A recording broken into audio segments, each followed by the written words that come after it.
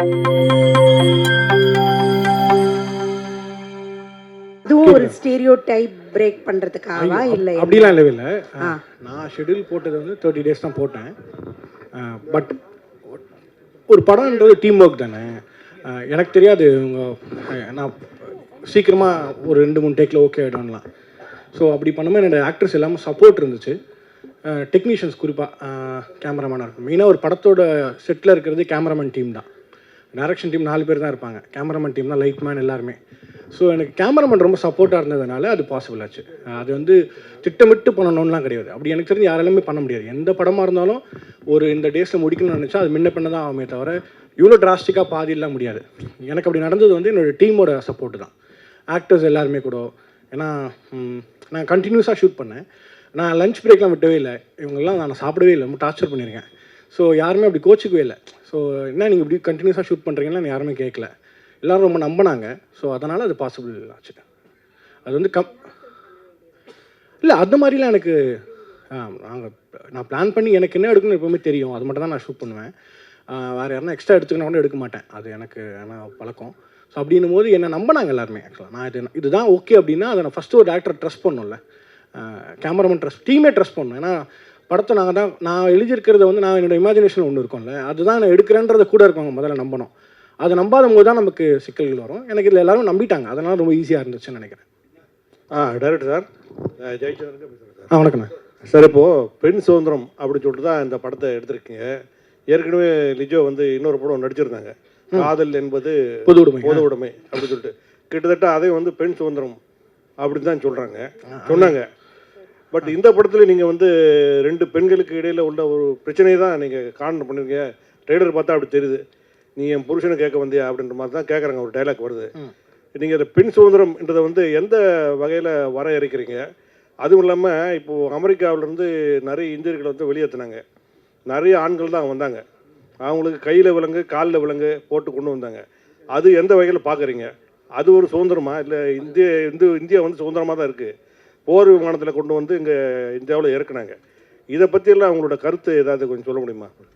ஆனால் கையில் விலங்கு வந்து ஆணுக்கு போட்டாலும் தப்பு தான், எந்த மனிதருக்குமே போட்டாலும் தப்பு தான். அது ஒன்று. இது குறிப்பாக இது பெண்ணிய படமே இல்லை. ஆக்சுவலாக இது வந்து நான் ஒரு ஆணாக இருக்கிறதுனால குறிப்பாக இது பெண்ணிய படம் இல்லை. பெண் விடுதலை என்பது எல்லாருக்குமானது தான். ஸோ வந்து பெண் விடுதலை பற்றி இந்த படம் பேசலை. நான் கண்டிப்பாக பெண் விடுதலை என்பது பெண்ணுக்கானது. அது ஒரு பெண்ணை பெற்றுக்கொள்வாள். நான் ஒரு ஆணாக அதை பற்றி பேசணுன்ற அவசியம் இல்லைன்னு நினைக்கிறேன். அது நீங்கள் படம் பார்த்துட்டு நீங்கள் சொல்லணும். உங்ககிட்ட கேட்பேன். நீங்கள் இல்லை, நான் வந்து இப்போது இந்த பக்கத்தில் போனீங்கன்னா இங்கேருந்து பாருங்கன்னு சொன்னப்போ நீங்கள் அதை பார்த்துட்டிங்கன்னா உங்களுக்கு அதே தான் தோணும். ஆமாம், இல்லை அது நான் ஒரு நான் அது வந்து ஒரு சர்ப்ரைஸாக வச்சுருக்கேன். இல்லை மையம்ன்றது அதான் எனக்கு என்ன நான் முதல்ல என்னது இல்லை கற்புன்றலாம் நம்பிக்கையே இல்லை. அது வந்து அதுதான் ஓகேவா. நான் என்ன சொல்கிறேன்னா, ஏன் ஜென்டில் அப்படின்னு நான் சொல்கிறனாலே, நீங்கள் பெண் என்பவள் மென்மையானவள், அழகானவள், அப்புறம் வந்து பியூட்டிஃபுல் உமன் தான் சொல்கிறோம். ஆனால் அவங்களுக்கு நம்ம ஜென்டில் சொல்ல மாட்டோம். ஆண் என்பவன் வீரமானவன், கம்பீரமானவன் சொல்கிறோம். ஆனால் அவங்களுக்கு ஜென்டில்ன்ற வைக்கிறோம்ல.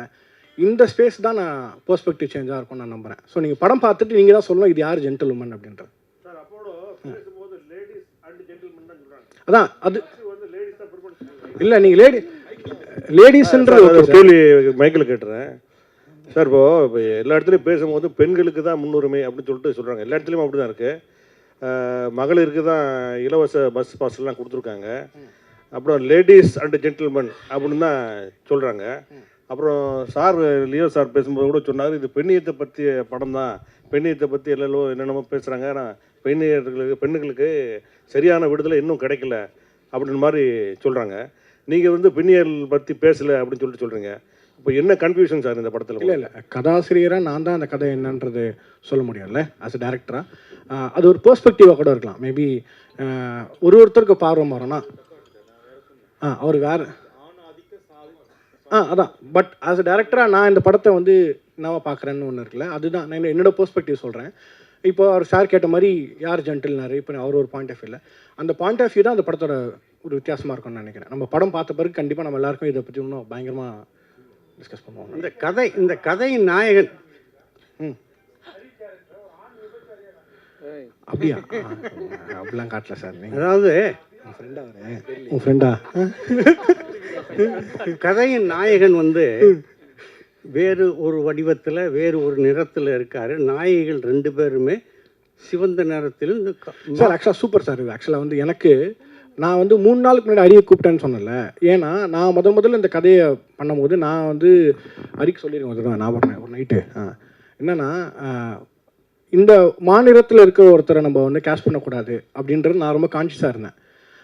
அன்ஃபார்ச்சுனேட்லி நான் ட்ரை பண்ண ஆக்டர்ஸ் இருக்காங்களே, அவங்க யாருமே வந்து நான் எதிர்பார்க்கக்கூடிய ஒரு பெர்ஸ்பெக்டிவோ ஒரு ஷேப் அவங்ககிட்ட வரல. அப்புறம் எனக்கு ஒரு நாள் தோணுச்சு, நானே அப்படி முதல்ல நினைக்கணும், நிறத்துக்கு என்ன சம்மந்தம் இருக்குது அப்படின்றதுனால அப்படி நம்ம நினைக்கக்கூடாது, கதை ஒரு கதாபாத்திரம்னு வச்சு அப்படின்றதுனால தான் நான் திருப்பி இதுக்கு போனேன். ஸோ இப்போ ஒரு கேள்வி வருது, இந்த கேள்வி எழுதும்போது எனக்குமே எடுக்கும்போது இருந்துச்சு, அப்படி நினைக்க வேண்டாம் அப்படின்னு நினச்சி தான் நான் வந்து இப்படி போயிட்டேன் சார். ஸோ நான் கலர் நான் பார்க்கல. லிஜோ மேடம், ஹரி வந்து எல்லா படத்துலையும் நல்லவராக நடிச்சிருக்காரு. இந்த படத்தில் வந்து உங்களை கேரக்டர் தான் கத்தி வருது, குக்கர் வருது, நீங்கள் என்ன பண்ணீங்க? கிரைம் சப்ஜெக்டாக என்னது இது? ஹரி எந்த படத்தில் நல்லவனாக நடிச்சார்? பெரும்பாலும் படத்தில் நல்லா. இது வந்து கிரைம் சப்ஜெக்டா, அவரை நீங்கள் என்ன பண்ணீங்க? நான் அவர் எதுவுமே பண்ணல. இல்லை, இது ஒரு க்ரைம் சப்ஜெக்ட் எல்லாம் இல்லை. நான் இங்கே எல்லோரும் முன்னாடியே பேசின மாதிரி நிறைய விஷயங்கள்ல நிறைய பேரோட பர்ஸ்பெக்டிவ்ஸை சேஞ்ச் பண்ணுற மாதிரி ஒரு படம். பட் இது த்ரில்லர் சப்ஜெக்டே இல்லை. நீங்கள் படம் பார்த்துட்டு நீங்கள் சொல்லுங்கள் இது என்ன ஜானரில் வேறு படம்ன்ட்டு. டைரக்டர் சார், இன்னொரு கேள்வி. அதாவது பெரும்பாலும் படங்கள் வந்து தமிழ் படங்கள் வந்து வெளிநாட்டு படங்களை தழுவித்தான் எடுக்கிறாங்க அப்படிங்கிற ஒரு குற்றச்சாட்டு இருக்குது. இது வந்து பார்த்தீங்கன்னா ஒரு மென்மையான ஒரு சோகம் இதில் படர்ந்திருக்க மாதிரி தெரியுது இந்த படத்தில். ஆனால் இதே நேரத்தில் 2 விமன் இந்த சோஃபியா லாரன் நடித்த படம் ஒன்று முன்ன வந்தது. 2 விமன் சோஃபியா லாரன் நடித்த படம். Sophia Loren, okay.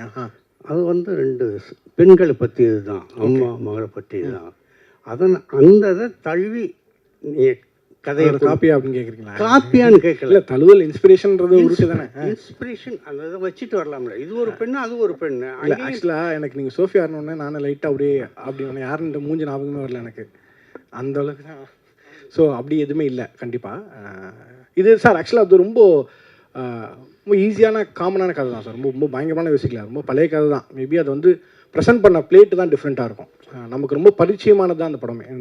நான் வந்து நம்புறேன்னா சார், பணக்காரன் ஏழை எல்லாரும் வந்து யாராக இருந்தாலும் 90 விழுக்காடு அதிகமான நேரம் வந்து நம்ம வீட்டில் தான் சார் செலவிடுறோம். எல்லாருக்கும் வீடுன்னு ஒன்று இருக்குது, குடும்பம்னு ஒன்று இருக்குது. அந்த குடும்பத்தில் இருக்கிற விஷயங்களை வச்சு தான் நான் ஒரு கதையாக நான் செட் பண்ணியிருக்கேன். ஸோ அது வந்து ஒரு ரியல் லைஃப் கனெக்ஷன் தான் இருக்குமே தவிர படம் தழுவலாம் இல்லை சார். என் வாழ்க்கையிலும் தழுவல் இல்லை, அதுவும் சொல்லிடுறேன். ஜோஷுவா இங்கே சொல்லுங்கள். முதல்ல வாழ்த்துக்கள். நன்றி நன்றி. ஒரு நல்ல படத்தை அழகாக எடுத்திருக்கீங்க. அதே மாதிரி காஸ்ட்டுமே நல்ல பிரமாதமான ஆர்டிஸ்ட் செலக்ட் பண்ணியிருக்கீங்க. இந்த கண்டென்ட்டை ஃபஸ்ட்டு படம்னாலே ஒரு பயம் இருக்கும், ஒரு நல்ல ஒரு கமர்ஷியல் படமாக பண்ணலாமேன்னு. இந்த மாதிரி ஒரு பொய்ட்ரிக்கான படம் பண்ணணுங்கிற இன்டென்ஷன் எப்படி வந்தது? இல்லை முதல்ல நீங்கள் எழுதின கதையா ஃபஸ்ட்டு இதான் பண்ணுவேன் அப்படிங்கிற மாதிரி? இல்லை, இது கமர்ஷியல் படம் தான். தியேட்டருக்கு வர எல்லா படமும் கமர்ஷியல் படம் தான். புரியுது. சில அந்த ஸ்பேஸை சொல்கிறேன். நிறைய பேர் கேட்பாங்களா, ஆர்ட் சினிமாவே ஆர்ட் தான், அது ஆர்ட் சினிமா நார்மல் சினிமான்னு எனக்கு நம்பிக்கை இல்லை. இந்த படம் இப்படி தான் பண்ணணும்னு நான் திட்டமிட்டு தான் எடுத்தேன். எனக்கு இது கமர்ஷியல் எல்லாருக்குமே இது கமர்ஷியல் படம் தான். இது காமெடி இருக்குது, எல்லாமே நான் சொன்ன மாதிரி ஃபைட் இருக்காது, அந்த மாதிரிலாம் இருக்குது, அந்த மாதிரியான ஸ்பேஸ் இருக்காது. பட் நம்ம யதார்த்தமாக நம்ம பார்த்த இருக்கக்கூடிய ஸ்பேஸ் கமர்ஷியல் படம் தான். அது நான் சொன்ன மாதிரி தியேட்டருக்கு வர எல்லா படம் கமர்ஷியல் படம் என்னோட புரிதல் இருக்குல்ல, அதை நான் புரிஞ்சுக்கிட்டு தான். ஏன்னா நீங்கள் வந்து தியேட்டருக்கு வரும்போது ஒரு இன்வெஸ்ட்மெண்ட் இருக்குது உங்ககிட்ட இருந்து. சினிமாக்களை மட்டும்தான் அந்த சினிமாவோட பியூட்டியாக தான் நான் நம்புகிறேன். ஏன்னா ஆர்ட் ஃபார்ம் எடுத்துக்கிட்டிங்கன்னா மியூசிக்கு, பெயிண்டிங், லிட்ரேச்சர் இது எல்லாமே வந்து படிக்கிறவங்களுக்கு முதலீடு தேவையில்லை. நீங்கள் மியூசிக்கை வந்து நார்மலாக ஃப்ரீயாக கேட்கலாம், ஆர்ட்டை வேடிக்கை பார்க்கலாம், லிட்ரேச்சரை நீங்கள் லைப்ரரியில் போய் ஃப்ரீயாக படிக்கலாம். பட் சினிமாவுக்கு மட்டும் உங்களோட இன்வெஸ்ட்மெண்ட்டுன்னு ஒன்று இருக்குது. அப்போ அந்த இன்வெஸ்ட்மெண்ட்டுக்கு ஒரு படம் இருக்குது, அது தியேட்டருக்கு கொண்டு வரணும்னா அதுக்கு வேல்யூபிளாக இருந்தால் தான் நாங்களே இது பண்ணுவோம். ஸோ அதனால தான் அது கண்டிப்பாக அது கமர்ஷியல் படம். Congrats sir. Thank you so much sir. Co director sir. Sir co டைரக்டரா? யார் அது ப்ளூ ஷர்ட்? அவர் கோ டைரக்டர்லாம் இல்லையே. யார் co director? Co producer. Co ப்ரொடியூசரா? பிஆர்ஓ சொன்னதுனால கேட்குறேன். அது கொடுங்க சார். கோ ப்ரொடியூசர் சொல்லுங்கள். என்னன்னா நீங்கள் ஸ்டேஜில் பேசணும்னு சொன்னீங்க, ஆணாதிக்கத்தை பேசுகிறவங்களெல்லாம் செருப்பால் அடிக்கணும்னு சொன்னீங்க. செருப்பில் அடிக்கணும்னு இல்லை இல்லை, நீங்கள் சொன்னீங்க ஸ்டேஜில், அது எல்லாருமே வீடியோ கூட இருக்கும் சொன்னீங்க. ஏன் அவ்வளோ கோவம் உங்களுக்கு ஆணாதிக்கத்து மேலே? இல்லை, இந்த படத்தோட செருப்பால் அடிக்கிற மாதிரி இருக்கணும்னு சொன்னீங்க. செருப்பால் அடித்தா மாதிரி வசனம் எழுதியிருக்காரு யுகபாதியன். அப்படி ஏன் அப்படின்னா, ஒரு ஒரு இந்த இந்த சமுதாய கட்டமைப்பில் ஆண் பெண் அந்த 2 பேர் சேர்ந்து ஒரு ஒரு நேர்கோட்டில் போகும்போது தான் அந்த சமுதாயம் சரியான பாதையிலையும் இயங்க முடியும். அது இப்போ இல்லை, எப்போதுமே அப்படி தான். ஆனால் நமக்கு அதை வந்து ஈஸியாக நம்ம இக்னோர் பண்ணிட்டு போய்ட்றோன்றது தான் என்னோட ஒரு கவலையாக இருக்குது. ஈஸியாக இக்னோர் பண்ணுறோம் அப்படின்னா, இப்போது என்ன சொல்கிறது, அண்ணன் ஞானவேல் ராஜா சொன்ன மாதிரி நான் அந்த பொண்ணு ஈக்குவலாக தான் ட்ரீட் பண்ணுறேன். எங்கள் வீட்டில் என் பொண்ணுக்கு சுதந்திரம் கொடுத்துருக்கேன், என் ஒய்ஃப் ஃப்ரீயாக போயிட்டு வரலாம். இது என்ன கொடுக்கறதுக்கு நீ யார்? இதுவே வந்து ஒரு ஆணாதிக்க சாதி மனப்பான்மை தான் சொல்ல வரேன் நான். சாதி பேசுகிறோம், மதம் பேசுகிறோம், எல்லாமே பேசுகிறோம். ஆனால் ஆணாதிக்கம் அப்படின்றது இந்த இடத்துல ஒரு சொன்ன மாதிரி ஆக்ட்ரஸ்ன்ற பேரை யூஸ் பண்ணுவோம், ஹீரோயினின்ற பேரை யூஸ் பண்ணுவாங்க. ஆக்சுவலாக ஹீரோயின்றவங்க சொல்லுவாங்க, ஆர்டிஸ்ட், காமன் ஆர்டிஸ்ட். அந்த அந்த ஆதிக்க மனப்பான்மை தான் வந்து ஒழிக்கணும்னு சொல்கிறோம். நான் இல்லையேன்னு சொல்லிட்டு நீங்களே நம்ம சொல்லிக்கலாம். ஆக்சுவலாக ஒவ்வொருத்தரும் சொல்லிக்கலாம். நான் அப்படி கிடையாதுங்க. ஒரு லேடி வந்தாங்கன்னா நான் சீட்டில் உட்காந்துருந்தா உடனே நான் சீட்டை கொடுத்துருவேன், என் சீட்டை நான் கொடுத்துருவேன் அப்படின்னு சொல்கிறாங்க பார்த்தீங்களா? அது மாதிரி மனசு எல்லாருமே எனக்கு ஏற்கனவே உரித்தானது தான் வந்து இந்த சமுதாயத்தில் இருக்குது, அதை தான் நான் கொடுக்குறேன்னு சொல்கிறேன் பார்த்தீங்களா? அது தப்புன்னு சொல்ல வரேன் நான். இது வந்து எல்லாருக்குமான சமமான உலகம். அந்த உலகத்தில் irrespective ஆஃப் ரிலீஜன், மதம், இனம், சாதி எல்லாத்தையும் சார்ந்து இருக்கிற அந்த சமுதாயத்தில் எல்லாருமே பெண்ணை வந்து ஆணுக்கு கீழே தான் இன்னும் பார்க்குறாங்க, பலவீனமாக பார்க்குறாங்க. சார், இப்போ தமிழ்நாட்டில் இருந்து எல்லா நாட்டிலையும் சரி பெண்ணை வந்து கீழே தான் பார்க்குறாங்கன்னு சொல்கிறீங்க. ஆனால் நம்ம ஒரு விஷயம், இப்போ நம்ம மேரேஜ் ஆகிட்ட பிறகு ஃபஸ்ட்டு என்ன போடுறோம்? இவரோட மனைவியின் பெயரால். இப்போ என் பேர் வந்து மோகன்ராஜ். இப்போ நம்ம எழுதும் போது ஐயா, நான் சமுதாயத்தில் நீங்கள் ஃபார்மாலிட்டிக்கு போகிறத நான் சொல்ல வரல. நல்லா சார், இது ஃபார்மாலிட்டி கிடையாது சார், இது ஃபார்மாலிட்டி கிடையாது. இது சரிங்களா? பெண்ணை வந்து நம்ம முன்னிலைப்படுத்திக்கிறோம். நம்ம இப்போ கூட நம்ம பண்ணிட்டு தான் இருக்கோம். ஆனால் சில விஷயத்தில் சில தவறு நடக்க தான் செய்யுது. அதை வந்து நீங்கள் வந்து ஃபார்மாலிட்டின்னு சொல்லவே கூடாதுல்ல சார்? இல்லை, என்னோட பாயிண்ட் ஆஃப் சொல்கிறேன் நான். என்னோட பார்வையில் இப்போ நீங்கள் ஒரு பத்திரிக்கையில் போடுறீங்க, ஒரு இன்விடேஷனில் போடுறீங்க. ஃபார் எக்ஸாம்பிள் அண்ணன் சொன்ன மாதிரி லேடிஸ் அண்ட் ஜென்டில்மேன் சொல்கிறாங்க. இது வந்து வழக்கம், ஸ்டீரியோ டைப். இது அதை தான் வந்து இயக்குனர் ஜோஷோ வந்து அதை அழகாக உடைச்சிருக்காரு, சூப்பராக உடைச்சிருக்காரு. அது வந்து அருமையான வரிகளும் அங்கே சேர்ந்துருக்கு. ஓகேங்களா? நீங்கள் படம் பார்க்கும்போது தெரியும் உங்களுக்கு. ஆக்சுவலி இப்போ நம்ம சொன்னது என்னென்னா, அந்த கோர் தீம் என்ன சொல்ல வரோம் அப்படின்னா, ஒரு ஆம்பளை என்ன வேணால் பண்ணலாம், ஒரு ஆம்பளை என்ன வேணால் பண்ணிவிட்டு அதை சாதிக்கலாம், அதை வந்து நல்லதுன்னு சொல்லலாம், இல்லை அதை வந்து ஜஸ்டிஃபை பண்ணலாம். ஓகேங்களா? அதை ஏற்றுக்கிற சமுதாயம் தான் நம்ம இருக்கோம், அதுதான் இருக்கணுன்றது தான் சொல்ல வராங்க ஆக்சுவலாக. ஸோ அதை நீங்கள் படம் பார்க்கும்போது உங்களுக்கு முழுசாக புரியும். டேரக்டர் சார்ட்ட கொடுங்க. டேரக்டர் சார், நீங்கள் பொட்டு தாலி எல்லாம் எடுக்கிறாங்கன்ட்டு, ஆனால் தமிழ்நாட்டில் பொறுத்த வரைக்கும் நம்ம தாலிக்கு பெரிய முக்கியத்துவம் கொடுப்போம். சரிங்களா? பெண்கள்னாவே தாலி, குடும்பத்து பெண்கள்னாவே அந்த விஷயத்த வந்து மறுக்கவே மாட்டாங்க யாருமே. சரிங்களா? நீங்கள் வந்து ஒரு விஷயத்தை உடச்சிருக்கீங்க. இது தமிழ்நாட்டில் எந்த விதம் சாத்தியம் இல்லைண்ணா. ஆக்சுவலாக வந்து நீங்கள் சொல்கிறீங்களே தமிழ்நாட்டில் அப்படி, அது வந்து நம்ம எல்லா மக்களோட கருத்தாக நான் சொல்ல முடியாதுல்ல. என்னோடய கற்பனையாக நான் அது ஒரு கதை வச்சுருக்கேன். படத்தில் வரும்போது அது கோர்வையாக வரும்போது உங்களுக்கு புரிஞ்சிடும். ஒட்டுமொத்த மக்கள், தமிழ்நாட்டு மக்களோட பிரதிநிதியை நம்ம என்னையும் நான் சொல்ல முடியாது, உங்களையும் சொல்ல முடியாது. அது உங்களோட ஒரு கொஸ்டினாக நீங்கள் வைக்கிறீங்க. இது சினிமான்றதுனால நம்ம படத்தை பார்த்துட்டோன்னா அது இன்னும் கிளியராக டிஸ்கஸ் பண்ண முடியும் நான் நம்புகிறேன். இவ்விழாவிற்கு வந்திருந்து சிறப்பித்த அனைவருக்கும் அன்பும் நன்றியும். படம் அப்படின்றது வந்து ஊடகத்து மூலியமாக, பத்திரிகை மூலியமாக தான் நம்ம தெரிஞ்சுப்போம். அப்படி இருக்க சூழலில் நான் அந்த மாதிரி இதெல்லாம் நல்ல படம் தேடி பார்த்து படித்ததெல்லாம் ஊடகத்தின் மூலியமாக தான். இன்றைக்கி நான் ஒரு இயக்குனராக வந்திருக்கேன். கண்டிப்பாக என் படத்தையும் அது மாதிரி மக்கள்கிட்ட இப்போ கொண்டு சேர்க்கும்போது இன்னொருத்தரும் வருவதற்கான சூழல் உருவாகும். அதை பத்திரிகை நண்பர்கள், ஊடக நண்பர்கள் செய்யணும்னு ரொம்ப தாழ்மையுடன் கேட்டுக்கொள்கிறேன். நன்றி.